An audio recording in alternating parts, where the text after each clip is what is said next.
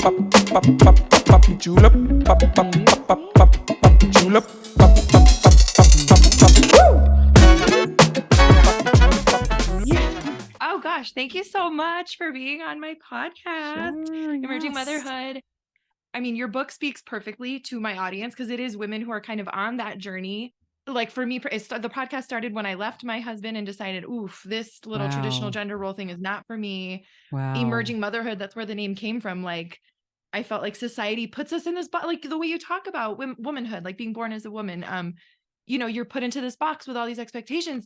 You're expected to let go of all of your dreams and hopes and live your life in service to others. And you lose your vital spark.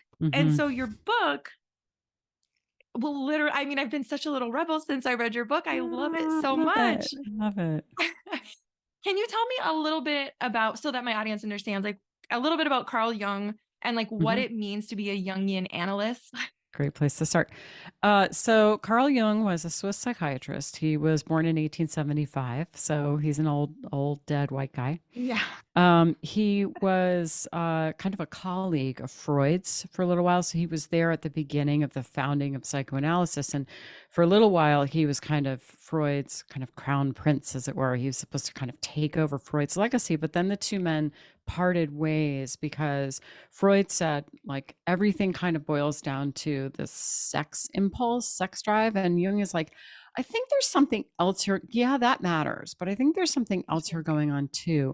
And he was really interested in our need for a spiritual connection and kind of being connected with something eternal. And Freud said, no, that's dangerous. And Jung said, no, I actually think that's where it's at. So Freud and Jung parted ways. It was very painful for Jung. And he went on to kind of found his own school of psychology. So if you've heard terms like synchronicity or the collective unconscious or archetype or introversion and extroversion or shadow, those are some of the words that have come into our language through Jung. So those were Jungian ideas. And basically it's very hard to sort of put it down to one thing, but maybe if I try, I'll say something like this. Jung believed that we're always becoming more and more of ourselves. So throughout our lives, we are in a process of kind of psychological growth or psychospiritual growth, if you will.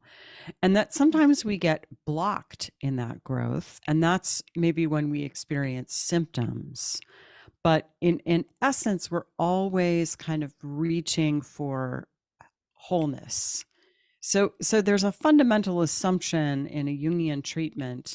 It's not that Jung didn't see that there was pathology, but a Jungian treatment is really not going to focus on what's wrong with you, more like, where are you blocked? And so, a Jungian analysis is going to look a lot like any other kind of therapy, and then we're going to sit in the room and we're going to talk, but it might just have a different focus. And, with part of that really being about meaning, Jung really felt, and I think he was right, that to kind of feel healthy and whole, we have to have a sense of meaning and purpose. Right. And a lot of people don't have that these days. So I talk about that a little bit in the book. And also we like to talk about dreams because dreams reveal the perspective of the unconscious. So there's a lot of dream work in analysis. I did notice that in the book. And I noticed that, because you tell, and I feel like I just know you so well. I'm like, oh my gosh, I'm going to talk to my friend Lisa today because I love the way you weave like your personal stories. Yeah. You really added a human touch. Because sometimes when you're reading a book from somebody, they're in this higher position. They're the one that knows something and they're teaching you. And you kind of feel like, oh, but the way you share so many moments, like even in the imposter syndrome moment where you talk about your class and it was difficult. You share so many moments where you seem so human, and I super appreciate that. Yeah. How did you dive into the world of Jungian analysts? Like how was it just like as you were studying to be what you were, you decided, oh, I like his theories and stuff? No, no. Actually, so I was in a totally different field in my 20s, and then I'd gone back to graduate school. I was in the Columbia School of Advanced, what do they call it? School of International and Public Affairs is, I think, I don't know if it's still called that. That's what it was called when I went there. So I was studying international affairs at Columbia, but I had just had a relationship end. And I found myself honestly just like heartbroken, but also just really depressed, like in just a dark place. Yeah. And I was living on Columbus and 81st in Manhattan. And there was this little kind of bookstore back in the days when like Barnes and Noble hadn't killed all of the little bookstores. There was a bookstore across Columbus Avenue. And I love bookstores. And I used to go in there when I was feeling a little glum. I would walk over to the bookstore. I'd go downstairs to the psychology and self-help section. I was studying international affairs. And I would just sort of, there was this book on the shelf. It was called On the Way to the Wedding. And I was like, that's an interesting title. I pulled it off. I opened it up to some random page. I started reading and I immediately was brought to tears. And then I was like, I can't buy this book. I have 500 pages of reading for this and that class that I'm taking. That would be irresponsible. So I put it back on the shelf. Well, wouldn't you know it, that happened about 3 or 4 times. And the last time it happened, I was in a really dark place. I had spent all day like trying to, I don't know, just do all the things to not feel bad. And the last thing I did that day was I went to the bookstore. Same thing, pulled that book off the shelf, opened it up to any page, started crying, put it back on the shelf. But then on my way home, I crossed Columbus Avenue. And on the other side of Columbus Avenue, there's this little, like, kind of new age gift shop. So this would be like the 90s. This little new age gift shop called, I kid you not, The Hero's Journey. It's in my journal, the journal entry that I wrote. So that's why I remember it. So I went in and it was the kind of place that sold like incense and like dream catchers and crystals, that kind of stuff. And they had like, I don't know, maybe like a dozen books at the back. It wasn't a bookstore. They had a few books at the back. One of the books was On the Way to the Wedding. And I was like, well, I think that's what we can call a sign from the universe. So let me buy it. So I bought it and I took it back to my apartment around the corner. It was a copy that was signed by the author. Wow. And the author was a Jungian analyst named Linda Leonard. Okay. And it's such a beautiful book. And it's a book that uses fairy tales and dreams and personal stories from the author and clinical vignettes. Sounding familiar? Yeah. And that book was literally changed my life because first of all, it was tremendously helpful in it's not like it took the heartache away, but it gave me a new way to think about it. It gave me a different, Jung said we don't solve our problems so much as grow larger than them. And it's almost like that book. It's like she took me by the hand and she helped me stand up at 40,000 feet. And I was like, oh, okay. Right. Some perspective. It really helps. Mm-hmm. And then by the time I finished, I was like, I wonder what it's like to be a Jungian analyst. So it was a few years before I actually took steps in that direction. But that's, so then I went back to graduate school to get a clinical degree, hoping eventually to apply for analytic training and that kind of thing. So it really was that book. Yeah. Wow, that's amazing. And wow, that's really cool because I do feel like books have this like life. I have a book. I don't know if you read it, The Dance of the Dissident Daughter by Sue Monk Kidd. No, Oh man, I haven't read it. It was when I was still stuck in a traditional marriage and doing all the wifely things. And I read that book similar to you. I read the book and the first few pages in, she tells a story about with her daughter. And I was like, I can't do this life. I can't do this life anymore. And my whole life changed. Wow. And it was amazing. It's why your book, The Vital Spark, reclaim your outlaw energies and find your feminine fire. I feel like this is another one of those books that could really, because as women, we're told so much to be pretty and nice and polite and quiet. And you talk about that in every chapter. You go there's a point to be made about how we are just stuffed in this box. Yeah. And everything you do is wrong. If you're a little bit too loud, you're wrong. If you're not talking enough, you're, it's just like, well, what am I supposed to do? Um, the chapter that really got to me, that really spoke Okay. to me was shrewdness. Ooh. And the way you broke down the story of Snow White, Uh-huh. because gosh, man, I mean, I broke out almost the whole chapter is highlighted because I was like, yes, yes, yes. Um, but I feel like that one, the way you analyze it, it touches on kind of like the pick me girl energy between women, like the competitiveness Mhm. between women with the mother in Snow White and her daughter. Mhm. And then you even talk about like Snow White not realizing how beautiful she is. And that's what's getting her into this trouble, this innocence complex. Mhm. Do you feel like there are women that are born like without the innocence? Like, how can we raise our girls to not get into that innocence Yeah. complex or, Yeah, I mean, I think it's really hard because some of the people that I know that don't have an innocence complex are people who were horribly abused as kids. yeah. And I mean, Mm, yes, I want to say that I think that having real early life hardship bumps you right out of an innocence complex. And that mhm. can, as we know, like adverse childhood experiences often track with later, mental and physical health issues. It's not like that's, Right. oh, you should beat your kid up. No, I'm not recommending Right. that. Right. Um, but one of the dangers of being a good mother is that we do raise trusting daughters, which is a good thing. Like that is a good thing.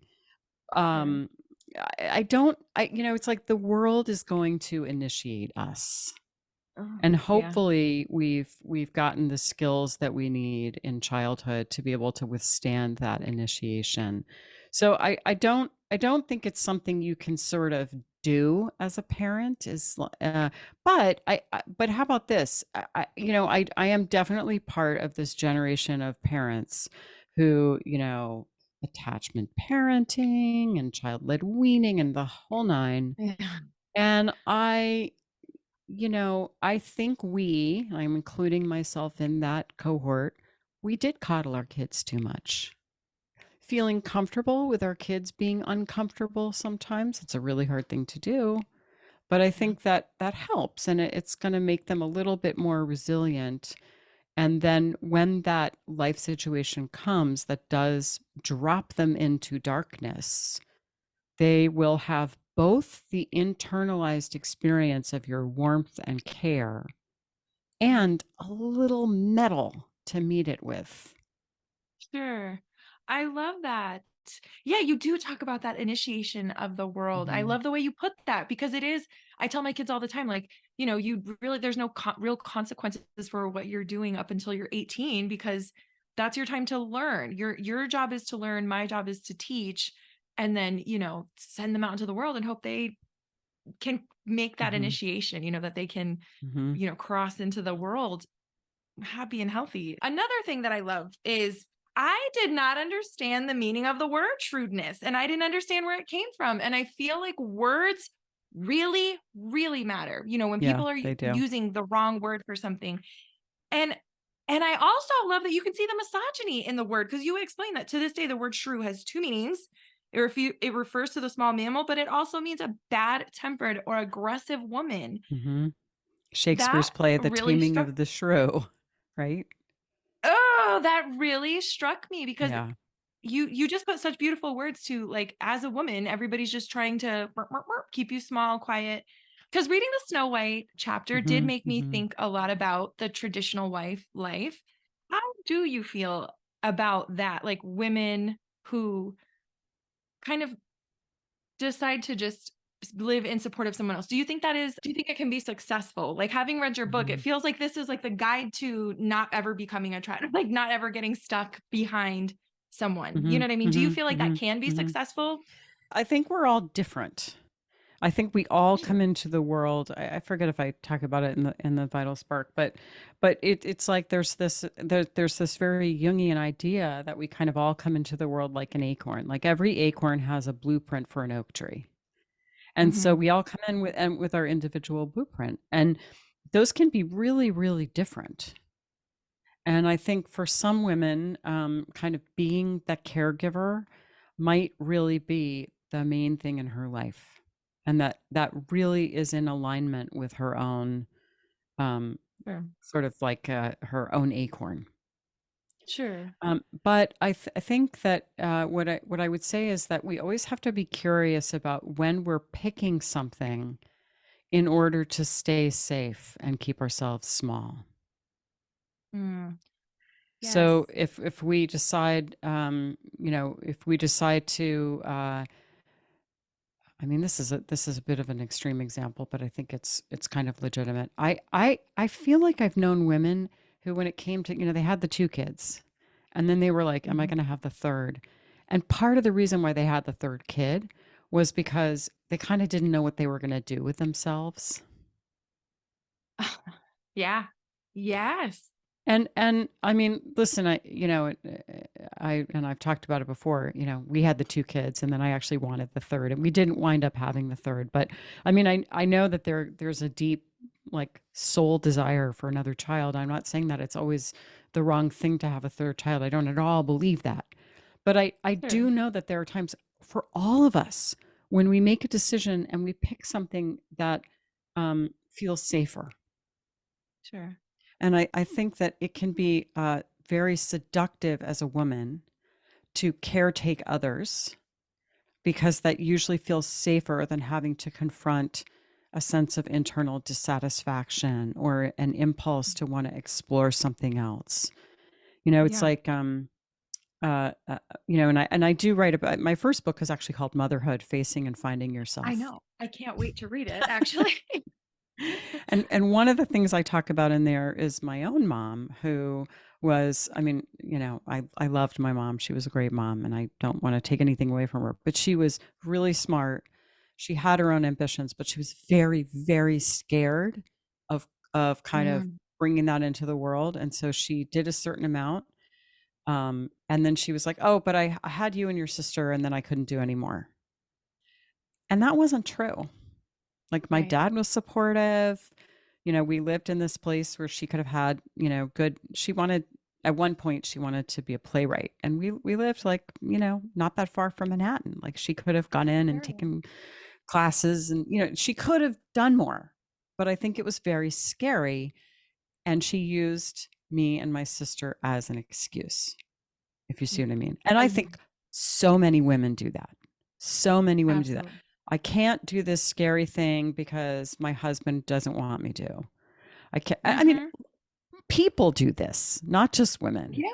But for Sure. women, it often is a very easy thing to kind of default to caretaking Yeah. instead of facing something that feels, full of energy, but also frightening. And then eventually, if we do that, we start to resent people. Like we resent our kids and we resent our husband because Yeah. it's like, well, he kept me from, but it's like, Mm-hmm. well, Yeah. maybe it wasn't him. Yeah. You were choosing to hide. Yeah. Yeah. That's so funny. I went on to have 4 kids. Uh-huh. And then after the fourth, I was like, are we going to have a fifth? And I had a friend that was like, you can't just keep having kids. You got to Yeah. do life Yeah. Yeah. now. Yeah. Yeah. Yeah. And Yeah. it is wild to have these kids. And then you look at your life and think, what do I do now? Yep. They start going to school and you have to live life. And then when you don't have these qualities, it is really hard to navigate life. You talk about the naivete and how quickly it is to kind of fall into trouble when you just leave yourself trusting to the whole world. And I just think it's so important for women to realize that other educated women know that, Mm-hmm. like the studies Mm-hmm. that talk about how the happiest women are the women that are educated and potentially not married, not with a romantic partner, because life is to find your vital spark, to find like what is your calling, what you're doing, Mm-hmm. I just think this book is so beautiful. How did you come up with the 8 core aspects of ourselves? Like, how did you Yeah. decide that those 8 core aspects Yeah, were yeah, yeah. what needed to be found? That's a really good question. I mean, I wish I could say that I like kind of conducted this evidence-based study and or interviewed hundreds of women. No, I didn't. The writing of the book really kind of emerged very organically, I would say, from both like my psyche and because this is very much my story. I mean, I think it's also the story of many other women, including many of the clients that I included in the book and many of the women that I've worked with. But it's a very personal story too. So I think these are the things that were hard for me. And Mhm. also they were the things that just kind of cropped up as because it started with these fairy tales. I was like, yeah, Snow White, the Frog King, Vasilisa, you know, these fairy tales were just there. And I was like, wow, these so it was very kind of organic. It kind of bubbled up from the unconscious, I think. So I I love I I don't claim that this list has any particular authority behind it. Some Okay. other woman might come up with different 8 qualities, or I Sure. mean, or so. And I think I say in the book, like, you might not resonate with every chapter. Not all Sure. of these things are hard for every woman. Oh, I love that. Is there one of the 8 qualities that kind of sticks out to you a little bit more that was like, because I did notice, I feel like the shrewdness chapter was one of also the longest chapters It to read. So I was was, like, it was. yeah. And I've had Is a lot was of there people say they really liked that chapter. So, I mean, God, I was there was moments of like I feel like yeah. I learned so much about myself from reading it. Mhm. Like you can I just love the way you break down the stories at the end because you really can see yourself in everybody. You can see yourself in the mom who looks at herself in the mirror, who's the fairest of them Mhm. all, Mhm.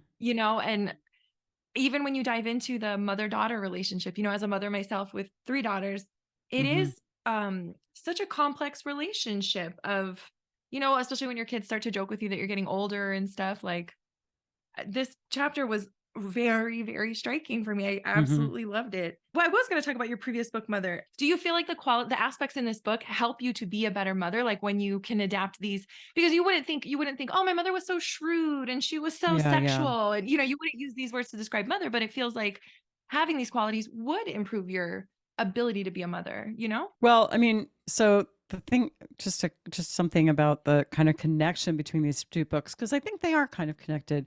So one of the things I really wanted to do in motherhood was to talk about the mother's psychological experience. So it is not a book about Mhm. how to be a better mom. It's a book Sure. about how does being a mom change you? And, Mhm. because I am the last person to give advice on how to be a better mom. I'll just say that.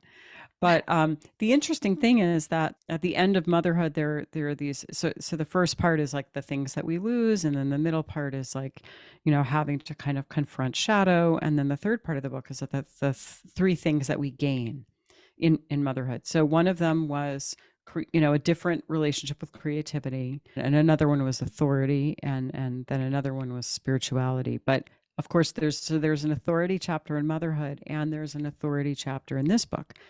And in Yeah. motherhood, there's a whole chapter about anger and rage, and there's a chapter in here about anger and rage. So there's definitely some Mhm. overlap.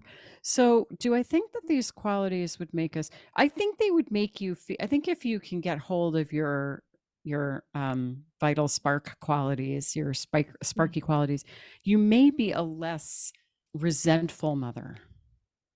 Sure. I don't know Yeah. that, because I think there's Yeah.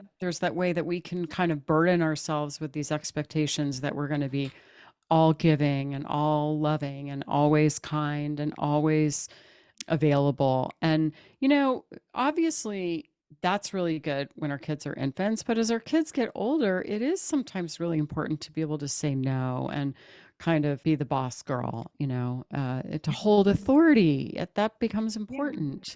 So I Yeah. think it's relevant to mothering, but Okay. I love that. yeah, Yeah, because I think the more of a whole human you are, the better mother you're gonna be in general. Like, yeah, it's not necessarily you need to be a shrewd mother, but when you as a whole person can be a whole person and operate in the world happily and confidently, you're gonna come home and yes, just be a better mother in the end. yes, yeah, And compare with shrewdness, you talk a lot about naivete because they're hmm, kind of, yep, counterparts of each they other. they are. Yeah, like you have to be really naive to not give in to your shrewdness. Do you feel there is a level of cognitive dissonance that women just choose to carry that we're just like walking around, Yeah, yeah. What Um, an interesting question. I mean, part of me wants to say, well, what do you think? Because I'm thinking that because you asked the question, maybe you have your own experience with that. yeah, But I definitely do. yeah, I think to get through the world, you do have to have, as a woman in today's world, you do yeah, have to have quite a level of cognitive dissonance yeah, because I just feel like misogyny is weaved into everything, like yeah. everything. For me to have small children that can say, "Oh no, that's not for for my brother, that's for my sister. They're already picking up on these gender things. And I'm like, Yes. you're so little. Why are we separating each other into genders and categorizing each other? We're Yes. just all people. Yeah. Yes. So Well, what I would say about that is that, there's this kind of delicate line, right? Because to be, say, in relationship with a partner, you can't turn everything into a Hollywood production. If you're really annoyed at the way that your partner leaves his coffee mug in the sink, that might be something that you're going to have to just let roll off your back, because no one stays in a long-term partnership with anyone without just getting used to a few things like that. So, but then there's sort of like, like, where's the line? So, in talking about cognitive dissonance, you might feel a little bit slighted or wronged, or like taken for granted, that he just assumes you're going to wash his coffee cup, right? But you can let it slide. But if he's coming home and talking to you in a dismissive way, if he's expressing contempt or disdain all the time, do you say, well, I mean, this happens in all marriages and I'm just going to let it slide, right? I think that's the cognitive dissonance, is there's a part of your soul that feels wounded by that. But we might tell ourselves, I think many women do, oh, well, he's had a hard day. He has a stressful job. He's a really good guy. This is just a normal part of marriage. And before you know yeah. it, you're 15 years in, and you've got someone who's really got kind of grinding you underfoot a little bit psychologically, and you've kind of let it happen. So that's Yes. what comes up for me when I think about cognitive dissonance, is the way that we can rationalize kind of deadening parts of ourselves in relationship with other people. Do you think somebody should definitely like therapy included with this book? Because it feels like there is so much inner looking, like, and then every chapter ends with all these questions that you can look within and ask yourself. And even the questions are so, they're not a quick read. It's like, okay, you'd have to Yeah. sit with every question for a minute to truly answer them. And I feel like a book is a great start, but because you are you provide these services. So this, in combined with therapy, would be good for a woman who's like looking to find her vital spark, right? Would you agree? Well, I'm not a therapist who believes that everyone should be in therapy. Okay. I love to hear that. That's good to Yeah. hear. Yeah, I don't, it's right for some people, it's not right for others. It's right at Okay. some times in your life, and it's maybe not right at others. I mean, I think, I hope the book is fun.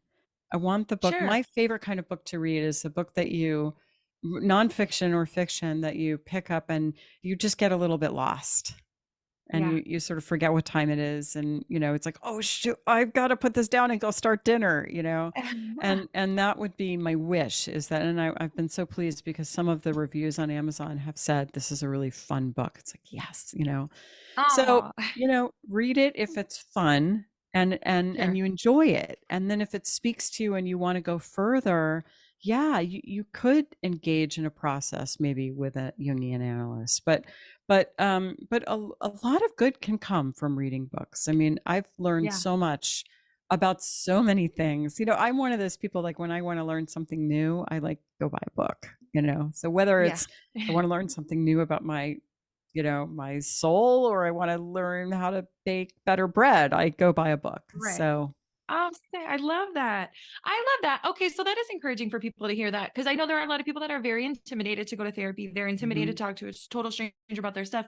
But you do feel there is definitely a lot to gain from just, you can do the Yeah, self work and reading books and learning about yourself and yeah, finding. you can do a lot. I love that.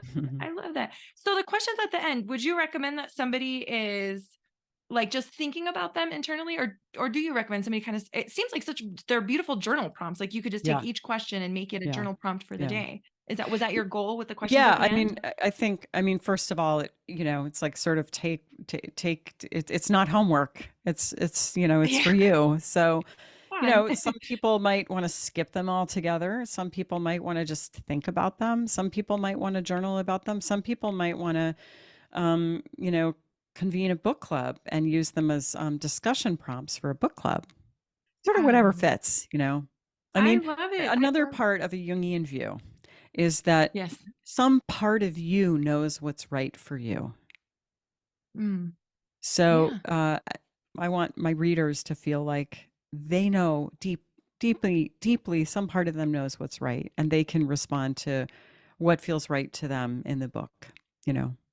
It is a really, really fun book because, especially self-help books can get, not that I would consider this totally, I don't know, Right. but books where you have to like look within, they can Yes. get very heavy and very like you're blah blah blah. But because you weave in fairy tales and then stories from your practice and then personal stories, it is super fun. You are definitely on a little journey. Hmm. I had many moments where I was like, oh crap, I got to put it down. I got to go pick up my kids, or reading a couple pages where I could. One of the questions I also wanted to ask was about the dreams, because what does it say for somebody who kind of doesn't dream or can't remember their dreams, or, because I Hmm. feel like that was such an integral part of the book and your practice and your analyzing. Hmm. Well, first of all, I think it's really hard to remember your dreams when you have, especially little kids. I remember, Mhm. when I had little kids, and I always have kept a dream journal and everything. When my kids were little, it was like they would wake me up at like 5 o'clock in the Mhm. morning, and there was no time Yeah. to write my dream down. If I did remember it, it was like, oh shit, somebody needs to, have breakfast or whatever it was. So there were Yeah. definitely years in there where there were not a lot of dreams written down. So, and that just, that just is what it is. If you want to work with your dreams, and again, I suppose it's not prescriptive. Oh, you have to work with your dreams. It's more like, do you feel called? Because if you do, and I think dreams are wonderful, and I do sort of feel like everyone could benefit from working with their dreams. But you have to want to. But if you do want to, and you're not remembering a lot of dreams, there are things that you can do to remember your dreams. And actually, my podcast, This Jungian Life, we have some resources to help people remember their dreams. I would definitely check that out. But the Yes. first thing to do would be to buy a dream journal and keep it on your bed. And the first thing that you do every morning should be to pick up your dream journal and write something, even if while you're writing is, oh, there was something, I was somewhere and there were lots of people, but I can't remember anymore. Or Okay. no dream recall. But just the first thing you do is you pick up the dream journal and you write something in it. And then it's just very automatic Hmm. that's the habit, is you write something down. And usually that stimulates dream recall in people. Oh, like it's just like a muscle memory. Like you're training your body. Like when I wake up, try to remember. So you'll just naturally try to Exactly. remember. Exactly. Hmm. Um, and then Carl Jung and the unconscious and all that, the spiritual part. Yes. Does it matter like what spiritual, like did he have a specific spiritual choice, like he was a Christian or a Muslim or whatever, or Mm. was it just you find what works for you and it can kind of apply to any faith, Well, kind of, or he spent, his whole life looking at this question, and he said so much about it in so many different ways. So it's a little hard for me to kind of answer it okay. in a few sentences, but I'll try. So his father was a pastor, some kind of Protestant sect. I'm not sure which one right now. Maybe Lutheran. I can't remember. And his grandfather had also been a pastor, a minister. And then Jung, as a young man, recognized that his father didn't believe. And that was really kind of Ah, shocking. So, in some sense, his father was a somewhat tortured, and I could even say kind of failed man, because here was his life's work and it had no meaning for him. So, religious questions were up for Jung from earliest days. And he had deeply spiritual dreams, even in childhood, and engaged big religious topics, even in childhood and young adulthood. But he wasn't, so he had a real kind of Christian grounding, and I think that mhm. really mattered to him. Jung talked about the religious function of the psyche.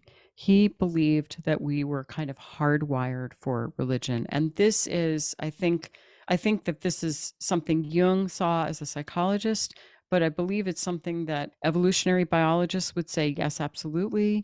And sociologists would say, yes, absolutely. There are broad fields of research that would absolutely agree with this. So in other words, you know, even if you think you don't worship, that the Sure. novelist David Foster Wallace said, you can't not worship.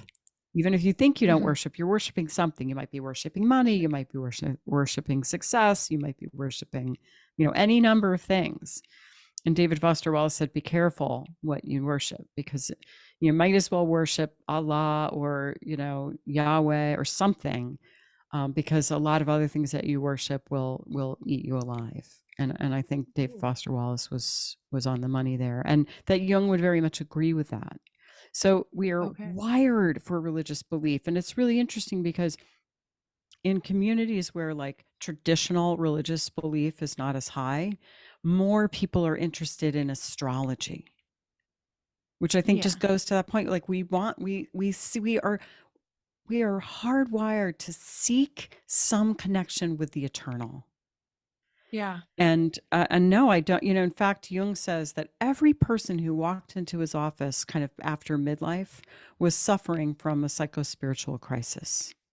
And that and all of them had no traditional faith. And he said he met some people that would come in his office with some minor problem, but let's say they were a practicing Catholic and the Catholic faith really meant something to them. He would say, "You don't need me, go away." Oh, wow. Yeah, because so it's not that traditional dogmatic religion doesn't work for many people now.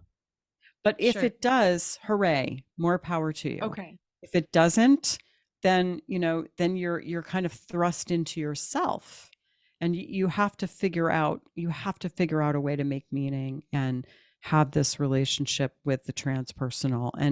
And as far as I'm concerned, Jung gives us lots of ways to think about how to do that.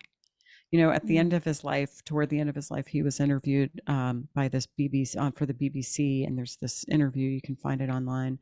And the interviewer says to him, "Dr. Jung, do you believe in God?" And it's so great because Jung says, "I don't believe, I know." Meaning that he had personal experience of some transpersonal energy in his life.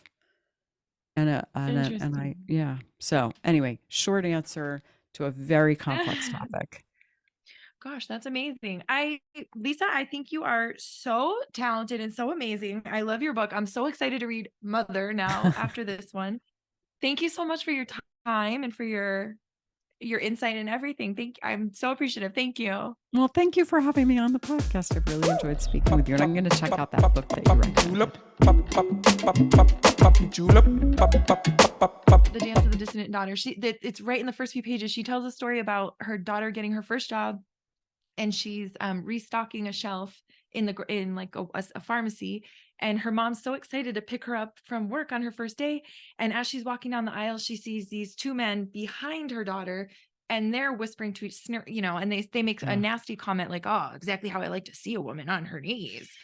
Ooh. And so the mother stumbles upon these men saying this derogatory comment about her daughter. And she saw her daughter kind of shrink in that moment.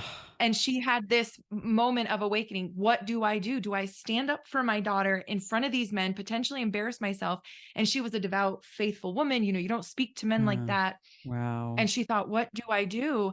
And she, her daughter stood up when she noticed her mom was there, and it was just this and she said something, she kind of put them in her place. And then of course the men just dismissed her as nothing.